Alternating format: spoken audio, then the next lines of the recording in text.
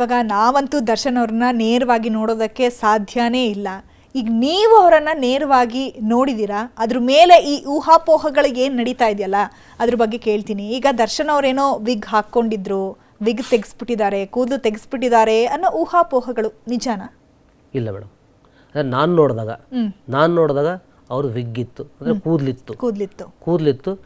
ಅಷ್ಟು ಬಿಟ್ಟರೆ ಅವ್ರಿಗೇನು ಅಂದರೆ ಜೈಲಲ್ಲಿ ಬೋರ್ಡ ಮಾಡಿಸೋ ಅದು ಕಾನೂನಲ್ಲಿ ಇಲ್ಲ. ಅದು ಕಾನೂನಲ್ಲಿ ಬೋರ್ಡ್ ಮಾಡ್ಸಂಗಿಲ್ಲ. ಕೂದಲು ಸ್ವಲ್ಪನಾದ್ರೂ ಇರಬೇಕು ಅವ್ರಿಗೆ, ಎಲ್ಲ ಬಂದಿಗಳಿಗೆ ಯಾರಿಗೆ ಆದ್ರೂ. ಅವ್ರಿಗೆ ಕೂದಲಿತ್ತು ಮೇಡಮ್, ಕೂದಲಿತ್ತು ಚೆನ್ನಾಗಿದೆ. ನಾವೇನು ಕಾಟೇರ ಸಿನಿಮಾದಲ್ಲಿ ಕೂದಲು ನೋಡಿದ್ವಿ, ಅದೇ ಕೂದಲಿದೆ ಅವರಿಗೆ. ಓಕೆ. ಮತ್ತೆ ಈಗ ದರ್ಶನ್ ಅವರು ಇದಾರಲ್ಲ ಸೆಲ್ಲು, ಅದ್ರ ಅಕ್ಕಪಕ್ಕ ಒಂದಷ್ಟು ರೌಡಿ ಶೀಟರ್ಗಳು ಇದ್ದಾರೆ, ಅವರು ದರ್ಶನ್ ಅವರನ್ನ ಮೀಟ್ ಮಾಡಬೇಕು ಅಂತ ತುಂಬಾ ಸಾಹಸ ಮಾಡ್ತಿದ್ದಾರೆ ಅಂತ, ನಿಜಾನಾ? ಅದ್ರ ಬಗ್ಗೆ ನನಗೆ ಗೊತ್ತಿಲ್ಲ ಮೇಡಮ್. ಅಂದರೆ ಅಕ್ಕಪಕ್ಕ ಸೆಲ್ಲುಗಳು ಮನೆ ಅಂದಮೇಲೆ ಮನೆ ಪಕ್ಕ ಒಂದು ಇನ್ನೊಂದು ಮನೆ ಇರ್ತೈತೆ, ಹಾಗೆ ರೂಮ್ ಅಂದಮೇಲೆ ಇನ್ನೊಂದು ರೂಮ್ ಇರುತ್ತೆ. ಅವರು ಅದನ್ನು ಡಿಮ್ಯಾಂಡ್ ಮಾಡ್ತಿದ್ದಾರೆ, ಅದ್ರ ಬಗ್ಗೆ ನನಗೆ ಗೊತ್ತಿಲ್ಲ, ನಾನು ಕೇಳಿಲ್ಲ. ಅವ್ರನ್ನ ಭೇಟಿ ಮಾಡೋಕ್ಕೆ ಯಾರಿಗೆ ಇಷ್ಟ ಇಲ್ಲ ಮೇಡಮ್? ಮಾಡ್ತಾರೆ ಸಹಜವಾಗಿ, ಅವರು ಕೇಳ್ತಾರೆ, ನಾವು ದರ್ಶನ್ ಸರ್ನ ಭೇಟಿ ಮಾಡುವಂತ ಸಹಜವಾಗಿದ್ದು. ಅದನ್ನ ಅಧಿಕಾರಿಗಳು ಒಪ್ಪಿಕೊಂಡ್ರೆ ಭೇಟಿ ಮಾಡಿಸ್ಬೋದು, ಎಲ್ರಿಗೂ ಇರುತ್ತಲ್ಲ ಮೇಡಮ್. ಹೌದು. ಪರಪ್ಪನ ಆಗ್ರಹದಲ್ಲಿ ಸುಮಾರು ಒಂದು 5,000 to 5,500 ಖೈದಿಗಳು ಇರಬಹುದು. ಸೊ ಅವರಲ್ಲಿ ಒಂದಷ್ಟು ಜನ ದರ್ಶನ್ ಅವರ ಅಪ್ಪಟ ಅಭಿಮಾನಿಗಳಿದ್ದಾರೆ. ಅವರೇನಾದರೂ ದಿನ ಜೈಲಾಧಿಕಾರಿಗಳ ಹತ್ರ ಹೋಗಿ ನಮಗೆ ಮೀಟ್ ಮಾಡ್ಸೋಕ್ಕೆ ಅವಕಾಶ ಮಾಡಿಕೊಡಿ ಅಂತ ಕೇಳ್ತಾರ, ಅಥವಾ ದರ್ಶನ್ ಅವ್ರು ಬರ್ತಾರಲ್ಲ ಜೈಲಿಗೆ, ಅವಾಗ ನಿಮ್ಮ ಸಹ ಕೈದಿಗಳಿರ್ತಾರಲ್ಲ, ಏನು ಟಾಕ್ ಮಾತಾಡ್ತಾ ಇದ್ರಿ ನೀವು ಅವಾಗ? ಹಿಂಗಾಗೋಯ್ತಂತೆ ಅಥವಾ ಹಿಂಗೆ ಬಂದ್ರಂತೆ, ಏನು ಹೇಳ್ತಾ ಇದ್ರು ಅಕ್ಕಪಕ್ಕದವರು? ಮೇಡಮ್, ಅವರು ಎಂಟ್ರಿ ಬರೋ ಟೈಮಲ್ಲಿ ಸಪೋಸ್ ಅದಕ್ಕೆ ವಿಜಯಲಕ್ಷ್ಮಿ ಅದಕ್ಕೆ ಅವ್ರು ಏನಾದ್ರು ಎಂಟ್ರಿ ಬಂದಿದ್ದರೆ, ಅಮ್ಮ ಏನಾದರೂ ಬಂದಿದ್ದರೆ, ತಮ್ಮ ಏನಾದರೂ ಅವ್ರು ಬಂದಿದ್ದರೆ, ತೂದೀಪ್ ದಿವಾಕರ್ ಸರ್ ಏನಾದರೂ ಬಂದಿದ್ದರೆ, ಅವರನ್ನು ನೋಡೋಕೆ ಇವರೇ ಬರ್ತಾರಲ್ಲ, ಅವಾಗ ಎಲ್ಲ ಬಂದಿಗಳು ನಿಂತ್ಕೊಂಡು ನೋಡ್ತಾರೆ. ಅವಾಗ ಇವರೆಲ್ಲ ಸುಮ್ಮನೆ ಡಿವಾಸ್ ಅಂತಾರಂತೆ, ಅವರು ದರ್ಶನ್ ಸರಿ ಕೈ ಮಾಡ್ಕೊಂಡು ಹೋಗ್ತಾರಂತೆ ಅಂತ ಅಲ್ಲಿನ ಬಂದಿಗಳು ಹೇಳಿದ್ದು ನನಗೆ. ಅಂದ್ರೆ ಅದಕ್ಕೇನ ದರ್ಶನ್ ಅವರಿಗೆ ಊಟದ ವ್ಯವಸ್ಥೆ ಏನೇ ಇದ್ರು ಕೂಡ ಅವ್ರ ಸೆಲ್ಗೆ ಕಳಿಸೋದು, ಯಾಕಂದ್ರೆ ಹಾಲಿಗೆ ಬಂದು ಊಟ ಮಾಡಬೇಕು, ಎಲ್ಲರ ಜೊತೆ ಕೂತ್ಕೊಳ್ಬೇಕು ಅನ್ನೋದು ರೂಲ್ಸ್ ಇರುತ್ತೆ. ಬಟ್ ಈ ರೀತಿ ಅವರ ಅಭಿಮಾನಿಗಳು ಅವ್ರ ಬೆನ್ನ ಹಿಂದೆ ಇರೋದ್ರಿಂದ ಸೊ ಅದಕ್ಕೋಸ್ಕರ ಎಲ್ಲ ಊಟದ ವ್ಯವಸ್ಥೆನೂ ಅವ್ರ ಸೆಲ್ಗೆ ಮಾಡ್ತಾರ. ಮೇಡಮ್, ಎಲ್ಲರೂ ಕೂತ್ಕೊಂಡು ಊಟ ಮಾಡೋದು, ಎಲ್ಲರೂ ಒಂದೇ ಜೊತೆ ಕೂತ್ಕೊಂಡು ಊಟ ಮಾಡೋದು ಮಠಗಳಲ್ಲಿ ನೋಡ್ಬೋದು, ಜೈಲಲ್ಲಿ ನೋಡೋಕ್ಕಾಗಲ್ಲ. ಓಕೆ. ಇಲ್ಲ, ಅದು ಆ ವ್ಯವಸ್ಥೆ ಜೈಲಲ್ಲಿ ಇಲ್ಲ. ಯಾರ್ಯಾರಿಗೆ ಬೇಕೋ ಅವರು ಅಂದರೆ ಜೈಲು ಮ್ಯಾನ್ಯಲ್ ಪ್ರಕಾರ ಊಟ ಕೊಡ್ತಾರೆ, ನೀವು ಅದನ್ನ ಇಟ್ಕೊಂಡು ಯಾವಾಗ ಬೇಕಾದ್ರೂ ತಿನ್ಬೋದು. ನೀವು ಯಾವಾಗಾದ್ರೂ ತಿಂದ್ಕೊಳ್ರಿ. ನೀವು ಬೆಳಗ್ಗೆ 7 ಗಂಟೆ ಟಿಫನ್ ಕೊಟ್ಟರೆ ನೀವು 10 ಗಂಟೆ ತಿಂದ್ಕೊಡ್ರಿ, ಅದ್ರ ಬಗ್ಗೆ ಯಾರು ಏನು ಕೇಳಂಗಿಲ್ಲ. ಆದರೆ ಅಂದರೆ ರೂಮ್ ಮುಂದಕ್ಕೆ ಊಟ ಕೈಗಾಡಿ ಅಂತ ಇರುತ್ತೆ ಮೇಡಮ್, ಆಸ್ಪತ್ರೆ ಒಳಗೆ ಆ ಟೈಮಿಗೆ ಬಂದು ಊಟ ಕೊಡ್ತಾರಲ್ಲ, ಆ ರೀತಿ ಅವ್ರ ಸೆಲ್ಗಳಿಗೆ ಊಟ ಕೊಡ್ತಾರೆ. ಯಾವಾಗ ಬೇಕಾದ್ರೂ ತಿನ್ಬೋದು, ಯಾವಾಗ ಬೇಕಾದ್ರೂ ಬಿಡ್ಬೋದು, ತಿಂದೇ ಇರ್ಬೋದು, ಅವ್ರ ಇಷ್ಟ ಅದು. ಓಕೆ. ಅದರ ಒಳಗಡೆ ಕ್ಯಾಂಟೀನ್ ಸೌಲಭ್ಯ ಇದೆ ಜೈಲೊಳಗೆ. ಅಲ್ಲಿ ಏನು ಬಿಡಿ ಸಿಗರೇಟು ಅವೆಲ್ಲ ಸಿಗ್ತವೆ. ಆಮೇಲೆ ರೇಷನ್ ಸಿಗುತ್ತೆ. ಆಮೇಲೆ ಡ್ರೈ ಫ್ರೂಟ್ಸ್ ಇಲ್ಲಿ ನಮ್ಮ ಪರಪ್ಪನಗರದಲ್ಲಾದರೆ ಬೇಕ್ರಿ ಇದೆ, ಬೇಕ್ರಿ ಐಟಮ್ಸ್ ತರಿಸ್ಕೋಬೇಕು.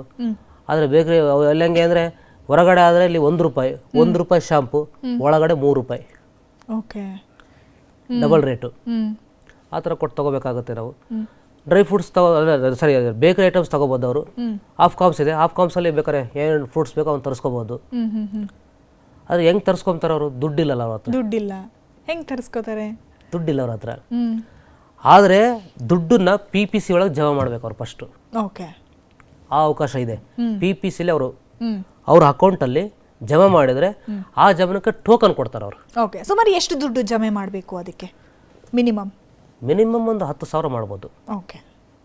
10,000 ಜಮೆ ಮಾಡಿದ್ರೆ ನಿಮ್ಗೆ ಏನು ಬೇಕೋ ಅದನ್ನು ನೀವು ಜೈಲ್ ಒಳಗಡೆನೆ ತಗೊಳ್ಬೋದು. ತಗೊಂಡು ಅದನ್ನ ನಾವೇನು ಬೇಕೋ ಅದನ್ನ ತಿನ್ಕೋಬೋದು. ಅಂದರೆ ಮೇಡಮ್, ಅಲ್ಲಿ ಊಟದ ದೊಡ್ಡ ಸಮಸ್ಯೆ. ಅವರು ನ್ಯಾಯಾಲಯದಲ್ಲಿ ಮನವಿ ಮಾಡಿದ ತಪ್ಪೇನಲ್ಲ. ಈಗ ನ್ಯಾಯಾಲಯದಲ್ಲಿ ಸಾಕಷ್ಟು ಜನಕ್ಕೆ ಆ ಥರ ಅವಕಾಶ ಕೊಟ್ಟಿದ್ದಾರೆ. ಡಿವಾಸ್ಗೂ ಆ ಥರ ಅವಕಾಶ ಕೊಟ್ಟರೆ ಚೆನ್ನಾಗಿರುತ್ತೆ. ಆ ಫುಡ್ ತಿಂದ್ಕೊಂಡು ಅವರ ಆರೋಗ್ಯ ಕಾಪಾಡ್ಕೊಳ್ತಾರೆ ಅನ್ನೋದು 100% ಸುಳ್ಳು. ಈಗ ನೀವು ಹೇಳಿದ್ರಿ ದರ್ಶನ್ ಅವರು ಪಶ್ಚಾತ್ತಾಪ ಪಡ್ತಿದ್ದಾರೆ ಅಂತ ಹೇಳಿ, ಅಕಸ್ಮಾತ್ ಅವ್ರಿಗೇನಾದರೂ ಬೇಲ್ ಸಿಕ್ಕಾದ ಮೇಲೆ ರೇಣುಕಾಸ್ವಾಮಿ ಅವ್ರ ಮನೆಗೆ ಹೋಗಿ ಅವರು ಮಾತನಾಡ್ತಾರಾ ಅದ್ರ ಬಗ್ಗೆ ಅಂತ ಅನ್ಸುತ್ತಾ ನಿಮಗೆ?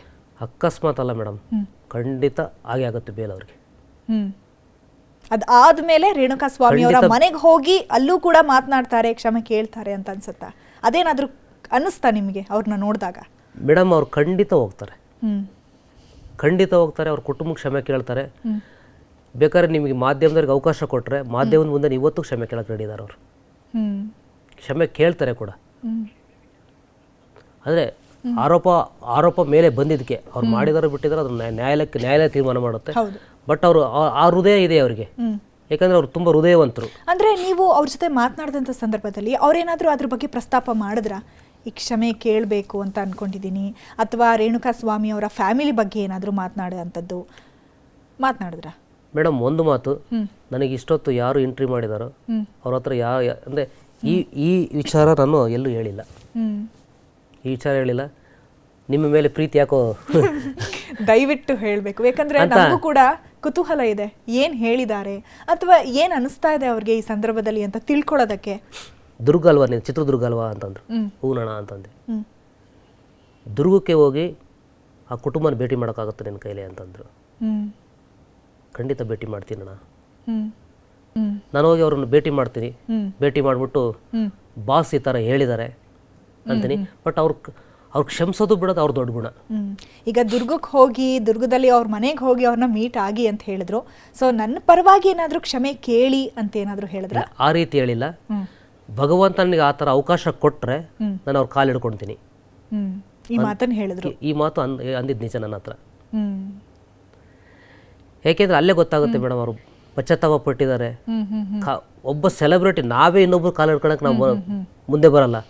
ಅಂಥ ದೊಡ್ಡ ಸೆಲೆಬ್ರಿಟಿ ಬಾಸ್, ನಮ್ಮ ಡಿ ಬಾಸ್, ಅವ್ರು ಹೋಗಿ ಕ್ಷಮೆ ಕೇಳ್ತಾರೆ ಅಂತಂದ್ರೆ ಅವ್ರು ಪರಿವರ್ತನೆ ಆಗಿದಾರಲ್ಲ ಮೇಡಮ್, ಪಶ್ಚಾತ್ತಾಪ ಪಟ್ಟಿದಾರಲ್ಲ. ದರ್ಶನ್ ಅವರು ಅವ್ರ ಮನೆಗೆ ಹೋಗಿ ಅಥವಾ ಕ್ಷಮೆ ಕೇಳಿ ಅಂತಾನೆ ಹೇಳಿ ಕಳ್ಸಿದ್ರ ನಿಮ್ಗೆ? ಇಲ್ಲ, ಜಸ್ಟ್ ಅವ್ರ ಮನೆಗೆ ಹೋಗಿ ಅವ್ರನ್ನ ಮೀಟ್ ಮಾಡಿ. ಚಿತ್ರದುರ್ಗ ಅಲ್ವಾ ನಿಂದು ಅಂದ್ರು. ಹೂನಣ್ಣ ಅಂತಂದೆ. ಹೋಗಿ ಮೀಟ್ ಮಾಡುವ ನೋಡೋಣ ಇಷ್ಟಂದ್ರೆ ಅಷ್ಟೇ. ನನಗೆ ಅವಕಾಶ, ನನಗೆ ಭಗವಂತ ಆ ಥರ ಅವಕಾಶ ಕೊಟ್ಟರೆ ನಾನು ಅವ್ರ ಕಾಲು ಹಿಡ್ಕೊತೀನಿ ಅಂದರು. ಅಲ್ಲಿಗೆ 10 ನಿಮಿಷ ಮುಗೀತು ಅಂತ ಅನ್ಸುತ್ತೆ. 10 ನಿಮಿಷದಲ್ಲೇ ಎಲ್ಲವನ್ನ ಗಮನಿಸ್ತಿದ್ದೀರಾ. ಏನೇನು ನೀವು ಕೇಳಬೇಕು ಅಥವಾ ಏನೇನು ಹೇಳ್ಕೊಡ್ಬೇಕು ಎಲ್ಲವನ್ನ ನೀವು ಅವ್ರ ಹತ್ರ ಹೇಳಿ ಆಗಿದೆ, ಕೇಳ್ಕೊಂಡು ಬಂದು ಆಗಿದೆ. ಕೊನೆಯದಾಗಿ ಏನು ಹೇಳಿದ್ರು? ಯಾಕಂದರೆ 21 ವರ್ಷಗಳು ಆದಮೇಲೆ ನೀವು ಕೂಡ ಹೊರಗೆ ಹೋಗ್ತಾ ಇದ್ದೀರಾ, ಏನಾದರೂ ಒಂದು ಕಿವಿ ಮಾತು ಹೇಳಿರ್ತಾರೆ ದರ್ಶನ್ ಅವರು. ಖಂಡಿತ ಮೇಡಮ್. ಅಪ್ಪ ಅಮ್ಮ ಇದ್ದಾರಾ ಅಂತ ಕೇಳಿದರು. ಅಪ್ಪ ಇಲ್ಲಣ್ಣ, ಅಮ್ಮ ಇದ್ದಾರೆ. ಮದುವೆ ಆಗಿದೆಯಾ ಅಂದರು. ಆಗಿದೆ ಅಣ್ಣ, ಒಂದು ಹೆಣ್ಪಾಪು. ಯಾರೇ ಕೈ ಬಿಟ್ರು ಕುಟುಂಬ ಕೈ ಬಿಡಲ್ಲ ನಮ್ಮನ್ನು. ನೀನಿನ್ನ ಕುಟುಂಬನ ಚೆನ್ನಾಗಿ ನೋಡ್ಕೊ, ಅಮ್ಮನ್ನ ಚೆನ್ನಾಗಿ ನೋಡ್ಕೊ, ಹೆಂಡತಿ ಮಗಳು ಜೊತೆಗಿರು. ಹೆಂಡತಿ ಮಕ್ಕಳು ಯಾವತ್ತು ಸಮಾಧಾನ ಮಾಡ್ಕೊಳ್ಳಿ. ಅವ್ರು ತುಂಬ ಸಫರ್ ಪಟ್ಟಿರ್ತಾರೆ ಹೆಂಡತಿ ಮಕ್ಕಳು. ಹೌದು, ಅವ್ರಿಗೆ ಪ್ರೀತಿ ಕೊಡು. ನೀನು ಪ್ರೀತಿಯಾಗಿರು, ಪ್ರೀತಿ ಎಲ್ಲರೂ ಪ್ರೀತಿ ಗಳಿಸು. ಆ ಸಂದರ್ಭದಲ್ಲಿ ಅವರು ಕೂಡ ಭಾವುಕರಾಗಿದ್ರ ದರ್ಶನ್ ಅವರು? ಖಂಡಿತ ಮೇಡಮ್, ತುಂಬ.